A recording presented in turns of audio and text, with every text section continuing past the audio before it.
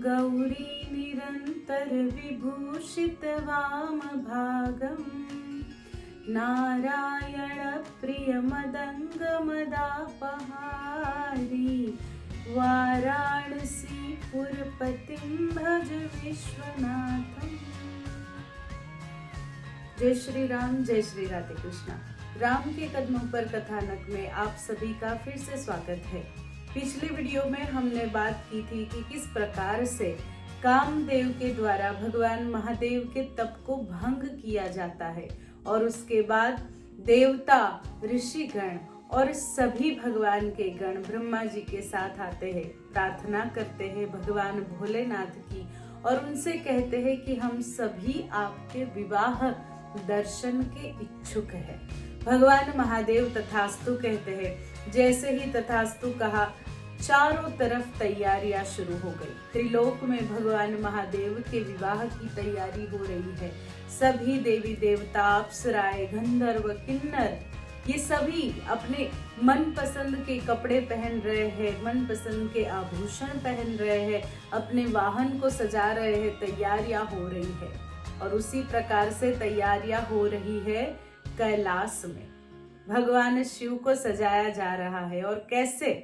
शिव ही शंभुगन कर ही सिंगारा, जटा मुकुट अहि मोर सवारा। भगवान के विवाह की तैयारी में भगवान जो कि खुद वर है, उनको सजाया जा रहा है। कैसे? तो सभी जो भगवान के गण है वो सब स्मशान में गए, भस्म लेकर के आए हैं और वो सारी भस्म भगवान शिव के हाथ पर, पैरों पर, उनके भाल में हर जगह पर लगाई है। और उसके बाद जटा मुकुट अहि मोर सवारा, यानी कि जटाओं का पूरा मुकुट बनाया है और उसके ऊपर सर्पराज को बिठा दिया है। जैसे मुकुट की शोभा होती है, गले में सर्प है, हाथ में कंकण के रूप में सर्प है, पांव में कड़ों के रूप में सर्प है, मृग चर्म भगवान को पहनाया गया है, मुंडियों की माला पहनाई गई है और ऐसा स्वरूप भगवान महादेव का सज रहा है कि जिसे देखकर न जाने पार्वती जी की मैया मैना जी की क्या दशा होने वाली है। अब सब बारात की बात आती है। अब जैसे ही बारात की बात आई, भगवान शिव ने कहा कि चलो भाई सभी को निमंत्रण दे दो। हमारे बाराती कौन है?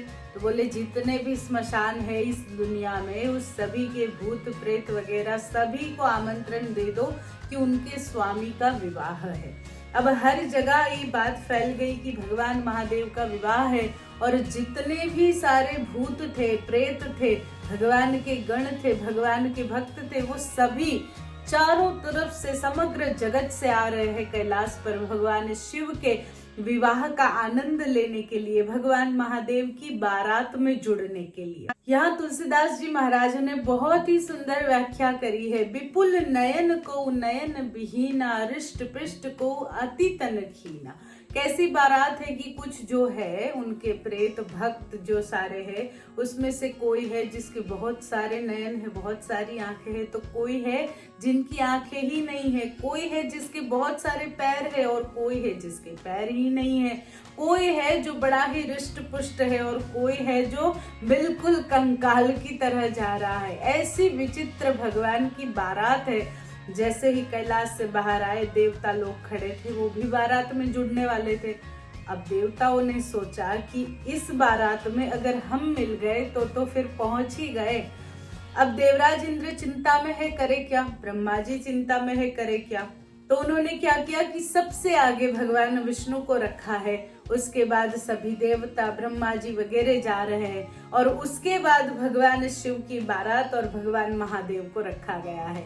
ये पहली ऐसी बारात होगी जिसमें जो वर है वो सबसे आखिर में चल रहे हैं।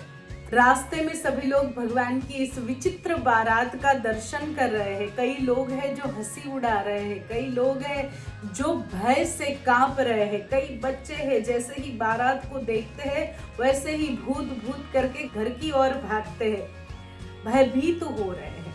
और भगवान शिव नंदी पर सवार होकर इस समग्र संसार के सबसे पहले और सबसे आखिरी ऐसे वर है जो धर्म पर सवार होकर पार्वती जी का, अपनी पत्नी का पानी ग्रहण करने जा रहे हैं।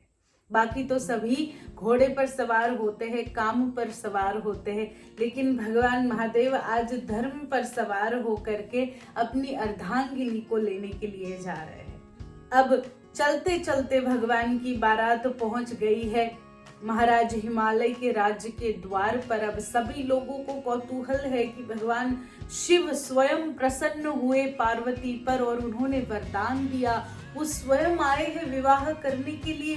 कैसा सुंदर स्वरूप होगा, कैसे सुंदर दिखते होंगे महादेव। सबसे पहले भगवान विष्णु आए, उनको देखकर सभी आनंदित हो गए, लेकिन प्रभु ने कहा मैं नहीं हूँ, वर पीछे है। उसके बाद सभी देवता आए, सब सोच रहे हैं इतने सुंदर अगर बाराती है तो वर कितना सुंदर होगा, सब इसी सोच में पड़े हुए हैं। और उसके बाद आती है भगवान शिव की बारात। जैसे ही भगवान शिव की बारात हुई, भूत प्रेत नाच रहे हैं, कंकाल नृत्य कर रहे हैं, कोई है जो अपनी ही खोपड़ी अपने हाथ में लिए हुए खेल रहा है, भगवान शिव के आसपास घूम रहे हैं। और ऐसी भयंकर बारात देखकर सभी लोग डर गए और छोटे छोटे बच्चे तो जैसे अपने घर की तरफ भागने लगे। महारानी मैना जो कि आरती का थाल लेकर के द्वार पर खड़ी है, भगवान महादेव आगे आए। जैसे ही भगवान शिव के गले में सर्प और मस्तक पर चंद्रमा को देखा, महारानी मैना जो है वो वहीं पर बेहोश हो गई है। महारानी मैना को उठाकर ले गए, बारातियों को अपने अपने उतारे पर भेज दिया है। इस तरफ महारानी मैना होश में आती है और जैसे ही होश में आई, तुरंत ही नारद जी को गाली देना शुरू कर दिया। अरे इस नारद का मैंने क्या बिगाड़ा था जो वो मेरी बेटी की दुनिया, मेरी बेटी की जिंदगी खराब करने पर तुला है। अरे ये शिव, इसके लिए मेरी बेटी ने अपना सब कुछ छोड़ दिया, वन में जाकर के तप किया। ये कैसे है, ये कितने भयंकर है, भला ऐसे वर के साथ में कैसे अपनी बेटी को विदा कर दूं। भविष्य में लिखा था ना, जोगी जटिल काम मन नगन अमंगल बेश, वैसे ही बिल्कुल है। जोगी है, जटिल है, अकाम मन वाले, अरे सर्प धारण करते हैं, खोपड़ियों की माला पहनते हैं, इतने भयंकर वो दिखते हैं, कैसे मैं अपनी फूल सी बेटी को इनके साथ विदा कर दूं। भ्रमित हो गया है मन। और उसी समय पार्वती जी उन्हें समझाती है कि माता, उसमें नारद जी का क्या दोष है, और इन्हीं शिव को पाने के लिए तो मैंने इतने वर्षों तक तप किया। उसी समय नारद जी वहां पर आते हैं। आकर के नारद जी ने मैना देवी को सांत्वना दी है और उन्हें पूर्व जन्म का वृत्तांत सुनाया है। हे देवी, आपकी पुत्री कोई सामान्य कन्या नहीं है, वो साक्षात जगत जननी जगदम्बा का अवतार है, वो साक्षात शक्ति है और पूर्व जन्म में दक्ष की पुत्री के स्वरूप में अवतार लिया था। किंतु जब दक्ष प्रजापति ने भगवान महादेव का अपमान किया तो भगवती ने अपने देह का त्याग किया और आप पर कृपा कर आपके यहाँ आपकी पुत्री बन आई। अब दुखी मत होइए, क्योंकि ये तो साक्षात शिव है, साक्षात महादेव है। शिव पुराण के अनुसार अगर हम देखें तो माता मैना जिद करती है कि ऐसे स्वरूप में तो अपनी पुत्री को मैं नहीं दूंगी, उनसे कहिए कि वो सुंदर स्वरूप धारण करे, वर का स्वरूप धारण करे। और उस समय भगवान श्री हरि नारायण स्वयं आकर के भगवान महादेव का श्रृंगार करते हैं और भगवान महादेव को चंद्रमौली स्वरूप में तैयार करते हैं। जैसे ही प्रभु चंद्रमौली स्वरूप में मंडप में आए, सभी लोग उनके सौंदर्य को देख करके, उनके स्वरूप को देख करके मोहित हो गए हैं, मंत्रमुग्ध हो गए हैं। उसी समय महारानी मैना आती है, आकर के प्रभु को प्रणाम करती है, प्रणाम कर धन्यवाद करती है और बाद में स्तुति करके उनसे कहती है कि आप अपना ही स्वरूप धारण कर मेरी बेटी को ले जाइए। महारानी मैना के कहने के बाद प्रभु अपने ही स्वस्वरूप में आ जाते हैं और फिर भगवती माँ पार्वती का पानी ग्रहण करते हैं। पानी ग्रहण करके महाराज हिमालय और महारानी मैना से प्रभु विदा लेते हैं।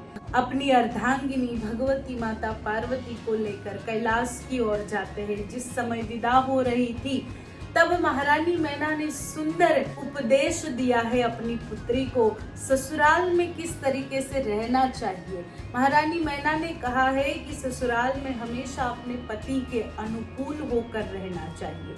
ससुराल अब वो तुम्हारा घर है। आजकल हम देखते हैं कि लोग बहुत सी ऐसी बातें करते हैं कि लड़कियों को ऐसा कहा जाता है जब उसका जन्म होता है कि मायका जो कि उसका घर नहीं है, और ससुराल वाले कहते हैं कि तुम पराए घर से आई हो। ऐसी तुच्छ मानसिकता शायद ही अब किसी में होगी, और अगर होगी तो होनी भी नहीं चाहिए, क्योंकि वो दोनों ही घर, जिस घर में उसका जन्म हुआ है और जिस घर में वो जाने वाली है, उस दोनों ही घर का उद्धार उससे है, यानी कि एक स्त्री से, एक बेटी से, एक बहू से है। इसलिए अगर किसी के मन में ऐसा विचार भी आता है कि तुम तो पराये घर की हो, या ऐसा विचार आता है कि ये नहीं है, तुम्हारा घर तो दूसरा है, जब तुम शादी करके जाओगी वो तुम्हारा घर होगा, तो ये बिल्कुल गलत है।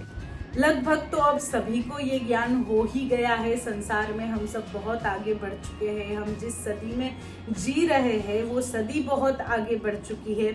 तो ऐसी विचारधारा नहीं ही होनी चाहिए, और अगर किसी में है तो ऐसी मानसिकता बिल्कुल भी नहीं रखनी चाहिए। हमारे शास्त्रों में कहीं पर भी बेटी के लिए ऐसा नहीं कहा गया है कि वो इस घर की है या उस घर की है, वो पराई है या ऐसी है वैसी है, ऐसा कुछ भी नहीं कहा गया है। हाँ, बात रहती है संग की। कहीं कहीं पर ऐसी बात की गई है कि जब परमात्मा को प्राप्त करने की बात आती है तब किसी भी पुरुष को स्त्री का संग नहीं करना चाहिए। वो कहाँ पर कि स्त्री को भी पुरुष का संग नहीं करना चाहिए।